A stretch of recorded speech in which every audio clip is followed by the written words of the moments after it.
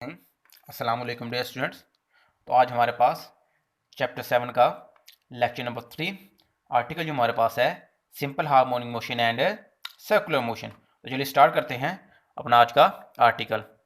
जी dear student, तो article हमारे पास है simple harmonic motion and circular motion. तो आपको ये डायग्राम डियर स्टूडेंट नज़र आ रही होगी। तो चलिए स्टार्ट करते हैं। सबसे पहले मैं बात करता हूँ इस पॉइंटर की।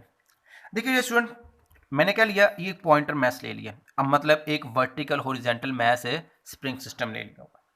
अब आपको नजर आ रहा है कि ये आप अभी क्या है, रेस्ट की हालत में है। ठीक है, इन स्टेट ऑफ रेस्ट है, इक्विलिब्रियम में है। और मैंने इसकी साथ में ये ए इसकी क्या है, मीन पोजीशन है। और मैंने इसकी दो पोजीशन डिजाइन की हैं, जिसे नाम दिया है बी और सी का। ये दोनों इसकी क्या है, एक्सट्रीम पोजीशन है। मतलब मैं इसे ई पी का नाम दे देता हूँ, एक्सट्रीम पोजीशन। और ये हमारे पास क्या है, मीन पोजीशन। अब जैसे होगा क्या, मैं इसे क्या करूंगा, डिफॉर्म करूंगा, डिफॉर्मिंग फोर्स लगाऊंगा। इसे पकड़ा यहां से, डिस्प्लेस किया, छोड़ दिया।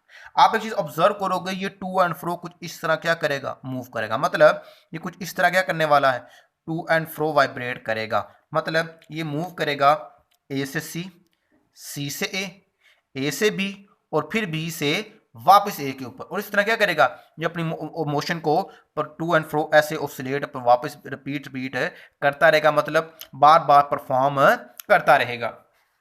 अब आपको नजर आ रहा है कि ये कौन सी मोशन परफॉर्म कर रहा है, सिंपल हार्मोनिक मोशन परफॉर्म कर रहा है। ये वर्टिकल मैस है, स्प्रिंग सिस्टम।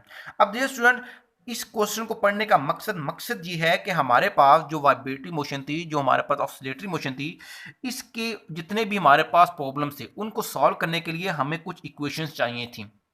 मतलब मैं डिस्प्लेसमेंट फाइंड आउट करना था वाइब्रेटरी मोशन का, तो उसके लिए हमारे पास कोई इक्वेशन नहीं थी। वेलोसिटी फाइंड आउट करनी थी तो कोई इक्वेशन नहीं थी। एक्सेलरेशन फाइंड आउट करना तो हमारे पास कोई फार्मूला वगैरह नहीं था। अब न्यूटन ने तो हमें सिर्फ और सिर्फ दे दिए थे लीनियर मोशन के लिए। फिर हमने किया क्या, ट्रिक्स लगाई। ट्रिक्स लगाकर हमने क्या किया, प्रोजेक्टाइल मोशन को सॉल्व किया। हमने ट्रिक्स लगाई, ट्रिक्स लगाकर हमने क्या किया, सर्कुलर मोशन को सॉल्व किया। अब यहां पर भी हम ट्रिक्स लगाकर क्या करेंगे, इस वाइब्रेटरी मतलब ऑसिलेटरी मोशन को परफॉर्म मतलब सॉल्व करने की कोशिश करेंगे। अब डियर स्टूडेंट, हमने एक चीज ऑब्जर्व की, वो चीज ये थी कि हमारे पास जो वाइब्रेटरी मोशन है, इसमें कुछ सिमिलैरिटीज हैं सर्कुलर मोशन के साथ। तो हमने फिर ट्रिक ये लगाई कि हम क्यों ना इस वाइब्रेटरी मोशन को सर्कुलर मोशन के साथ क्या कर दें, कंबाइन कर दें, और फिर सर्कुलर मोशन के फार्मूलाज को यूज करते हुए क्या कर लें, यहां से वाइब्रेटरी मोशन के फार्मूलाज को ड्राइव कर लें। तो इसके अंदर हम यही कुछ करने जा रहे हैं। तो अब मैंने क्या किया, हमें नजर आ गया पॉइंटर कौन सी मोशन परफॉर्म कर रहा था, सिंपल हार्मोनिक मोशन। अब मैंने करना क्या, इसी सिंपल हार्मोनिक मोशन को मैंने इंटरलिंक करना है सर्कुलर मोशन के साथ। तो चलिए स्टार्ट करते हैं। फर्ज कीजिए मेरे पास एक पॉइंट पी था इस O1 के ऊपर, ये इसका क्या है, ओरिजिन है। अब देखिए, अब इस जो ये मैंने सर्कल लिया, जिस सर्कल में पॉइंट पी क्या करेगा, रोटेट करेगा। इसका रेडियस उतना ही है जितना हमारे पास है इस पॉइंटर की हमारे पास है एम्पलीट्यूड। क्लियर, एम्पलीट्यूड से मुराद मैक्सिमम डिस्टेंस किसके दरमियान, मीन पोजीशन और एक्सट्रीम पोजीशन के दरमियान। जितना ये हमारे पास एम्पलीट्यूड है इस वर्टिकल मैस स्प्रिंग सिस्टम का, उतना ही क्या इस सर्कल का रेडियस है। अब देखिए स्टूडेंट, ये पॉइंट पी क्या करता है, इस तरह रोटेट करता है इस सर्कल के अंदर, कुछ इस तरह सर्कल की फॉर्म में इस तरह रोटेट करेगा। अब मैं कहता हूं जब टाइम टी हमारे पास 0 था, तो ये हमारे पास किधर था, O1 के ऊपर। जब टी हमारे पास किसके इक्वल था, 0 पर, तो हमारे पास पी कहां पर था, O1 पर था। जैसे टाइम हमारे पास कितना हुआ, T/4, पी हमारे पास O1 से किधर पहुंच गया, डी के ऊपर। अब जब टाइम हमारे पास हुआ T/2, तो पी किधर आ गया, इस पॉइंट को, इसे मैं नाम दे देता हूं, फर्ज कर लीजिए एफ का। क्लियर, अब जैसे टाइम हमारे पास हुआ T=3T/4, तो पी किधर आ गया, ई के ऊपर।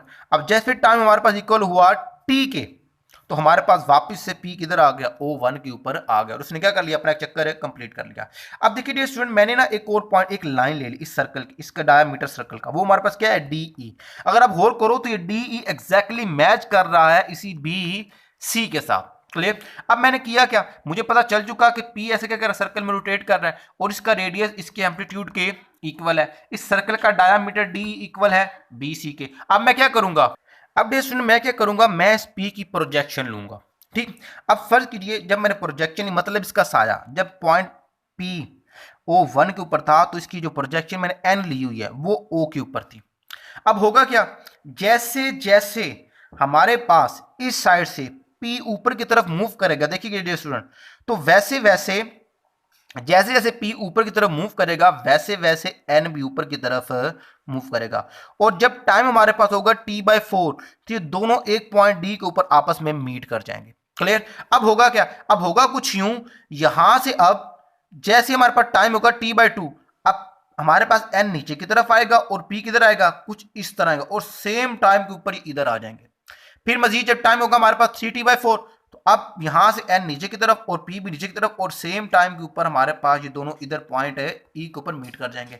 और यहां से फिर जब P ऊपर की तरफ मूव करेगा तो N उसी के साथ ऊपर की तरफ मूव करेगा, और इन दोनों का एक एक साइकिल क्या हो जाएगा, कंप्लीट हो जाएगा। अगर आप गौर करो तो अब P क्या कर रहा था, वो तो सर्कल में ऐसे रोटेट कर रहा था, और पॉइंट N क्या कर रहा था, ये तो वाइब्रेटरी मोशन परफॉर्म कर रहा था, ऊपर नीचे टू एंड फ्रो। अब पॉइंट P सर्कुलर मोशन में था और इसकी जो प्रोजेक्शन थी वो किस में थी, वो तो वाइब्रेटरी मोशन में थी, मतलब सिंपल हार्मोनिक मोशन परफॉर्म कर रही थी, मतलब टू एंड फ्रो परफॉर्म कर रही थी। तो आप जरा देख सकते हो कि यहां पे P की जो प्रोजेक्शन था N, वो सिंपल क्या कर रहा था, सिंपल हार्मोनिक मोशन परफॉर्म कर रहा था। इसका मतलब ये हुआ अगर P का projection simple harmonic motion perform कर रहा था और इसका डायमीटर एग्जैक्टली इक्वल था इस वर्टिकल मैस स्प्रिंग सिस्टम के, तो इसका मतलब ये हुआ हमने P को इंटरलिंक कर दिया किसके साथ, सिंपल हार्मोनिक मोशन के साथ, मतलब P की सर्कुलर मोशन को हमने इंटरलिंक कर दिया किसके साथ, सिंपल हार्मोनिक मोशन के साथ। अब देखिए मैंने फर्ज किया अगर पॉइंट P यहां पर था तो मैंने चेक करना हो N कहां पर है, तो मैं क्या करूंगा, इसकी प्रोजेक्शन फॉल कर दूंगा। प्रोजेक्शन फॉल की तो पता चला N हमारे पास यहां पर है। अभी x नॉट हमारे पास क्या है, रेडियस ऑफ द सर्कल, या ऐसे आप ये भी बोल सकते हो कि हमारे पास ये क्या है, पॉइंट P का एम्पलीट्यूड है, मतलब इसका अपनी मीन पोजीशन से ये डिस्टेंस है। एंगल कितना बना रहा है हमारे पास, ये हमारे पास थीटा बना रहा है। अब ये हमें पता है प्रॉब्लम से मैथमेटिक्स के अंदर आपको पता है कि सामने वाले एक दूसरे के एंगल जो होते हैं क्या, दूसरे के इक्वल होते हैं, साइड बाय साइड एंगल्स। अब ये हमारे पास क्या है, इन पॉइंट को मैंने नाम दे दिया N का, ये P का, ये हमारे पास O का। अब ये X क्या है, ये डिस्प्लेसमेंट है N का अपनी मीन पोजीशन O से। इस X को हम बोलते हैं इंस्टेंटेनियस डिस्प्लेसमेंट, इंस्टेंटेनियस डिस्प्लेसमेंट बोलते हैं कि किसी भी लम्हे इस N का जो डिस्प्लेसमेंट होगा हमारे पास क्या होगा, x होगा। और x नॉट हमारे पास क्या है, हमारे पास का एम्पलीट्यूड है, मतलब मैक्सिमम डिस्प्लेसमेंट है स्टूडेंट। अब चूंकि एक ट्रायंगल बन रही है, अब यहां पे एंगल बन रहा है और एंगल के सामने वाली साइड हमेशा हमारे पास क्या होती है, परपेंडिकुलर। एंगल के साथ वाली साइड हमारे पास क्या होती है, ये बेस, और ये हमारे पास क्या है, हाइपोटेन्यूस है। अब सिमिलरली जब ये पार्टिकल P अब सर्कल में रोटेट करेगा तो हमारे पास एक वेव फॉर्म जनरेट होगी। कैसे, देखिए जब ये O1 से D की तरफ जाएगा और इसकी प्रोजेक्शन N जो है हमारा O से D की तरफ जाएगी तो हमारे पास ये वेव फॉर्म कुछ यहां पर जाएगी। अब जैसे P ऊपर से नीचे आएगा, N भी ऊपर से नीचे आएगा, तो वेव फॉर्म भी ऊपर से नीचे आ जाएगी। अब जैसे P यहां से नीचे की तरफ E की तरफ जाएगा, N O से E की तरफ आएगा, तो वेव फॉर्म पाई से 3π/2 की तरफ आ जाएगी। अब जैसे ये हमारे पास P E से O1 की तरफ, N जो हमारे पास है E से O की तरफ जाएगा, तो वेव फॉर्म 3π/2 से 2π की तरफ मूव कर जाएगी, मतलब सेम टाइम कंज्यूम होगा कुछ ये और ये, मतलब यहां पे टाइम लगेगा T/4, यहां पे लगेगा T/2, यहां पे लगेगा 3T/4 और यहां पे लगेगा T, मतलब T टाइम के अंदर ये एक वेव फॉर्म हमारे पास है। यहां से P ने अपना एक चक्कर कंप्लीट किया और उसकी प्रोजेक्शन ने अपनी एक वाइब्रेशन कंप्लीट की। सिमिलरली इस वर्टिकल मैस स्प्रिंग सिस्टम ने भी क्या किया, टाइम T के अंदर अपनी वाइब्रेशन को कंप्लीट किया। तो ये हमने डियर स्टूडेंट क्या कर दिया, इंटरलिंक कर दिया। अब हम क्या करने जा रहे हैं, अब हम सबसे पहले बात करेंगे इंस्टेंटेनियस डिस्प्लेसमेंट की, इसको कैलकुलेट करने की कोशिश करेंगे। तो चलिए स्टार्ट करते हैं। It is the distance of the projection of N from the mean position O at any instant। तो चलिए देखते हैं। अब ये हमारे पास ट्रायंगल फॉर्म हो रही है, हमने क्या करना था, ये इंस्टेंटेनियस डिस्प्लेसमेंट फाइंड आउट करना था, मतलब x। तो अब ये ट्रायंगल बन रही है, तो अब हमने x फाइंड आउट करना है। हाइपोटेन्यूज हमारे पास गिवन है, तो हमें पता है डियर स्टूडेंट साइन थीटा किसके इक्वल होता है, साइन थीटा किसके इक्वल होता है, परपेंडिकुलर ओवर बेस। ये परपेंडिकुलर, ये हमारा सॉरी परपेंडिकुलर ओवर हाइपोटेन्यूज, तो ये परपेंडिकुलर, ये hypotenuse ON over OP। ON क्या है x, OP क्या है x नॉट, तो हमारे पास आ गया x over x not is equal to sine theta. अब यहां से अगर मैं x निकालूं तो x हमारे पास आ जाएगा x equal to x not sine theta. अब हमें पता है थीटा इक्वल होता है ओमेगा t के, चैप्टर 5 से हमें पता है एंगुलर वेलोसिटी निकाली थी ना हमने, थीटा ओवर टी। तो ये यहां से मैंने निकाल दिया theta equal to omega T, वो सब्स्टिट्यूट किया तो हमारे पास ये इक्वेशन आ गई X equal to X not sine omega T. अब बात कर लेते हैं फेज ऑफ वाइब्रेशन की, मतलब ये जो वेव फॉर्म है मुझे हमारे पास डायग्राम आई है, इसमें थ्योरेटिकली फाइंड आउट करना है। तो कैसे करेंगे, चलिए स्टार्ट कर।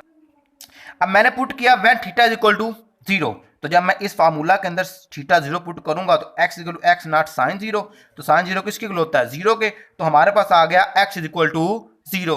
अब मैं पुट करता हूं when theta is equal to 90, मतलब पाई बाय 2, साइन 90 किसके इक्वल होता है, साइन 90 इक्वल होता है 1 के, तो इसका मतलब हमारे पास क्या आ गया, x equal to X not, मतलब मैक्सिमम एम्पलीट्यूड हमारे पास आ गया। अब उसके बाद बात करते हैं when theta is equal to 180, हमें पता है 180 डेज किसके इक्वल होता है, जीरो, साइन 180 इक्वल होता है जीरो के। जब जीरो के इक्वल हुआ तो इसका मतलब क्या होगा, हमारे पास जो इंस्टेंटेनियस डिस्प्लेसमेंट था किसके इक्वल हो गया, जीरो के। इसका मतलब ऑब्जेक्ट वापस से अपनी मीन पोजीशन के ऊपर आ चुका है।